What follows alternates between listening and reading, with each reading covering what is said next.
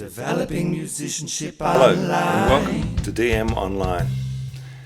Today we're going to continue on from the last two episodes where we've spent time mixing together an acoustic drum kit into a collective mix from 8 different channels of recording. Now we are left with the rest of the band. So we've got the bass, the guitar, the keyboard and a couple of horns. And by the end of this session we should be able to put all of this together in a reasonably balanced mix. It won't be the final product because the final process involves mastering, which we will do in a different program. So let's continue on with our mix and go to our bass player. So the bass playing involves a little bit of EQ and a little bit of compression. But unlike the drums where we're moving it around through a lot of buses, in bass we want to keep the sound very central. So often we just go with one channel of bass and we can do that straight out of the channel that already exists, as long as we get the sound that we like. So the other thing that's important is to make sure we go through the normal process of gain staging, then EQing, then compressing. The gain staging is to bring it to -18, so it's equivalent to the drums. The EQ is to just work on the timbre and make sure it's got a space within the spectrum of frequencies, and the compression is to give us that consistent sound. So first of all, the gain stage, and this is simply achieved by playing and observing the graphics as the channel volume bounces.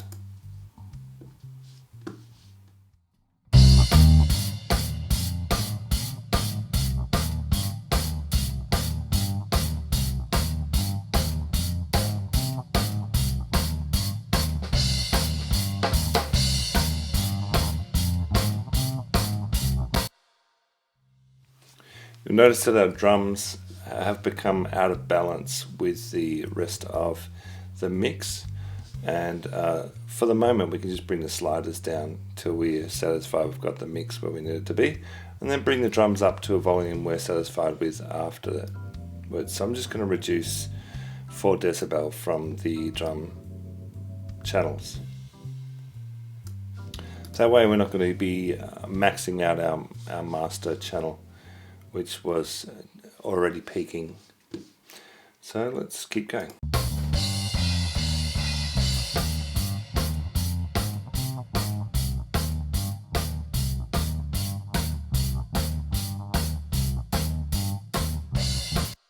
Okay, now because you have conceived ideas of amplifiers in these programs, you often get a lot of effects already in there. At the moment there is a pass in our low pass filter, so that simply means it's going to cut off all of the high frequencies, so it's not going to get in the way of anything.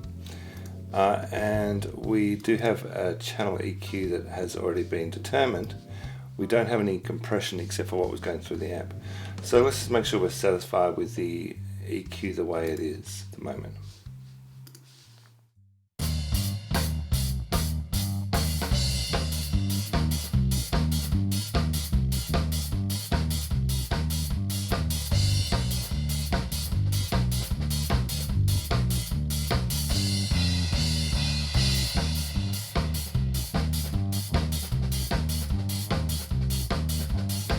Once you've balanced the EQ, putting the high pass in, just make sure nothing is getting through, and then finally we need to compress it. We can always switch on and off any effects to make sure we're getting the sound that we want. I'm going to go for a preset for the moment and see what that sounds like.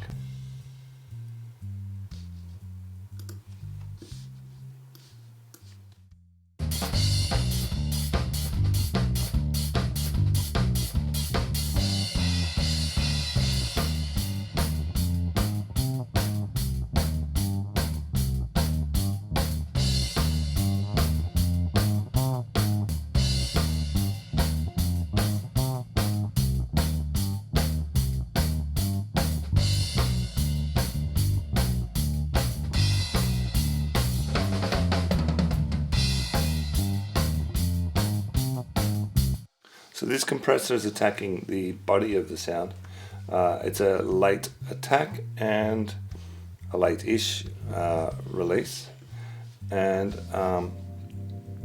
we've pushed the threshold, so this pointer is almost always actually on. It's not quite getting back to 0 before it bounces back up again, and we've gained a little bit of gain, which we'll withdraw again with the output gain.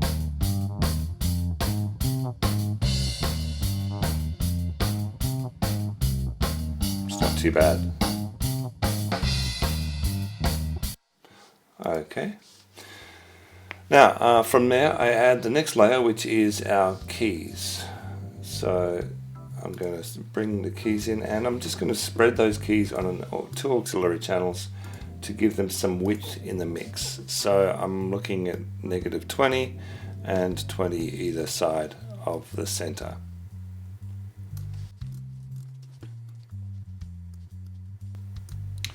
And I'm going to bus out to bus 9. This is going straight out to left and right. I'm not going to apply effects on a separate channel. I will apply them to the actual track itself.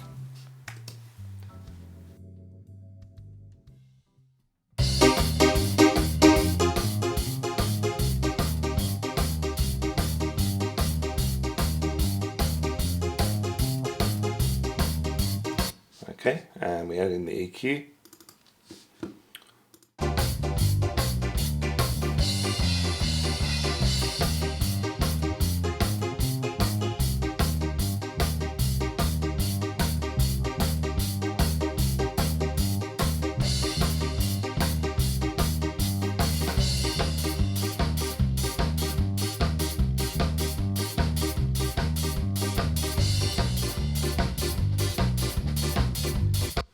Okay, and then we add in our MIDI guitar, and the MIDI guitars had some effects already added onto it because it was coming from the computer, and it's really just there to fill out the sound and fill in a couple of spaces that were missing in the original.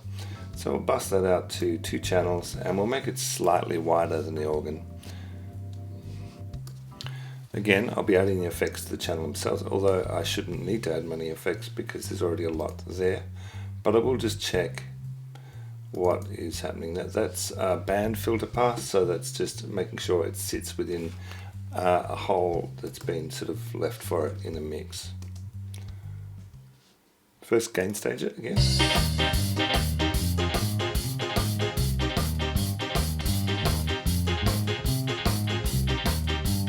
I don't find with these sorts of percussive effects on keyboards that they really warrant any compression whatsoever. They could stay relatively natural.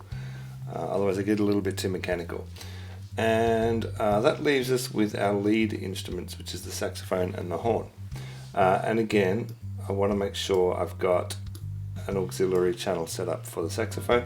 And because it is the lead voice, and I would do this if I had a vocalist, I would usually give the lead voice 3 places or 3 channels in the mix, the same as I would on a drum kit. So I will try that, but I'm not going to go quite as wide as what I would on the drums. Just want to make sure that the presence of that lead voice is well and truly up there in the mix. Especially as it's a tenor saxophone, and the tenor saxophone's voicing is a mid frequency, so it's going to already be competing a little bit with other frequencies.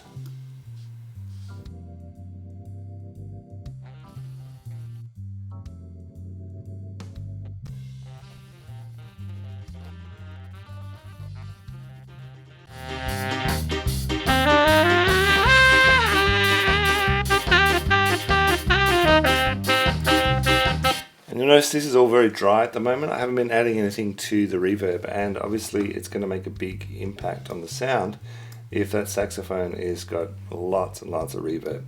So I can easily just add that in. I can take that off the main channel, that's fine. And so if I add, say, -14 decibels of reverb, that should be sufficient. You can put a little bit of reverb in the keys just so that it brings it into the room and makes it not so dry. But you'll generally find with a lot of keyboards that there's already reverb on the effects that they're using on the keyboard itself, so it doesn't sound like it's detached from the room. And our bus for the bass would be good with a little bit of reverb too. So this should give us a bit more ambience in the room, and not so dry.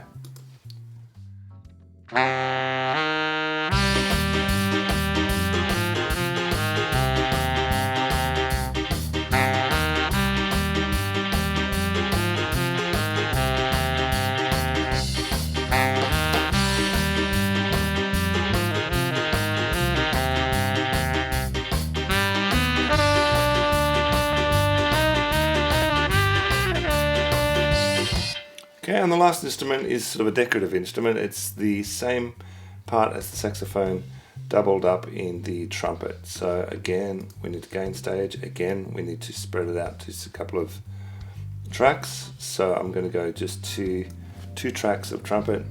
It's already going to be quite a dominant sound because it's trumpet, so it's already sort of in that piercing frequency range. And I like quite a bit of spread with trumpet. It'll just sort of push it out to the sides of the mix a bit. Okay, and again, I need to gain stage it first.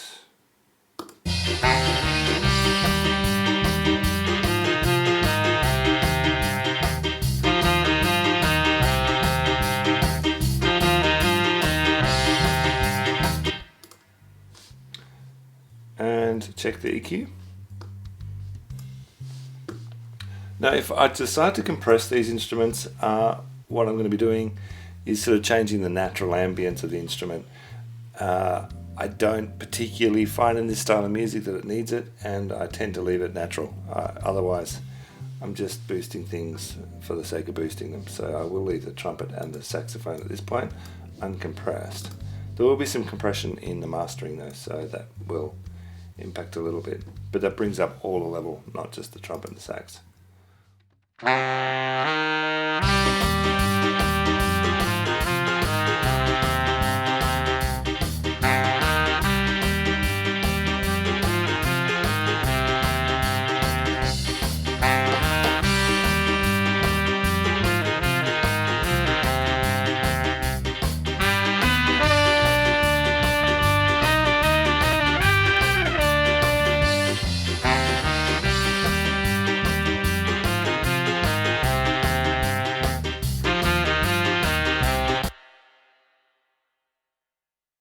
Okay, the final part is to bring the level of the mix up to a suitable level for output.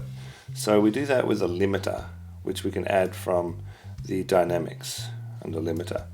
And I've got one pre-arranged. So what I want to do is start with a gain at 0, and our output gain is just below 0, so it's negative 0.5. That's just, again, make sure there's headroom so nothing ends up as a distortion. So with this, we want to make sure we're tuning it up to get a 3 decibel gain reduction. And at this point, we also need to be mindful of the balance of the ensemble. So if we need to bring things up or down using the buses, the bus channels that I've got here, then we need to do that at the same time. So let's just have a listen, see how gain staging is going.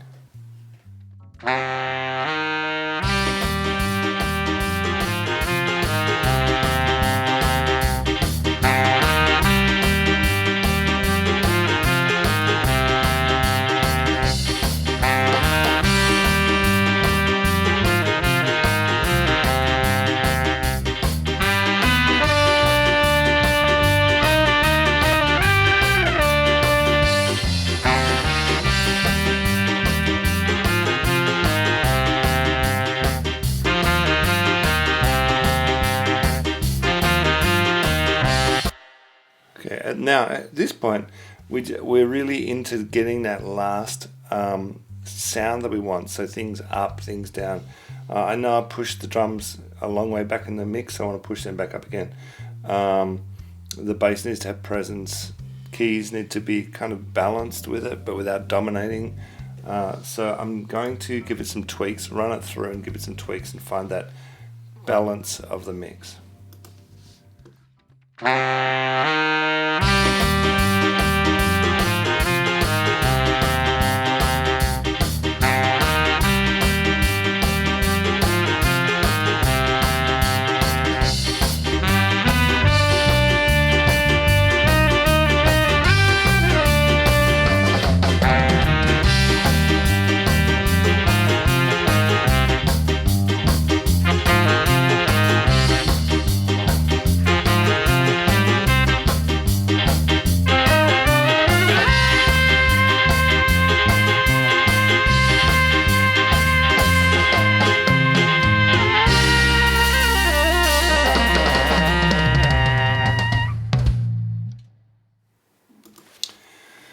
Okay, so that's a lot of pushing and shoving things around. So what I basically found was that the bass was not really present in the mix. It was completely getting lost. So I just doubled up the channel. Literally, I put like channel center, what was center in stereo mix, out to just 2 bus 14s that were exactly the same centered mix. Still want the bass in the middle, I just need more of it. And there's no point shoving your volume up and then maxing out your channel. You're better off just sending it to more channels to give it a more body in the mix. The other things I did was I adjusted the gain in the keys to push that up a bit more, and then I did adjust the drums to bring them back into the mix a bit more. So I think that's about it. And the other thing was to check and make sure that I hadn't pushed the mix up so far that my gain reduction was going beyond the -3, and I had, so I needed to bring it back. So that should be about it. I'm going to leave you today with the final mix of this band playing One Step Beyond. Thanks for joining me. Bye bye.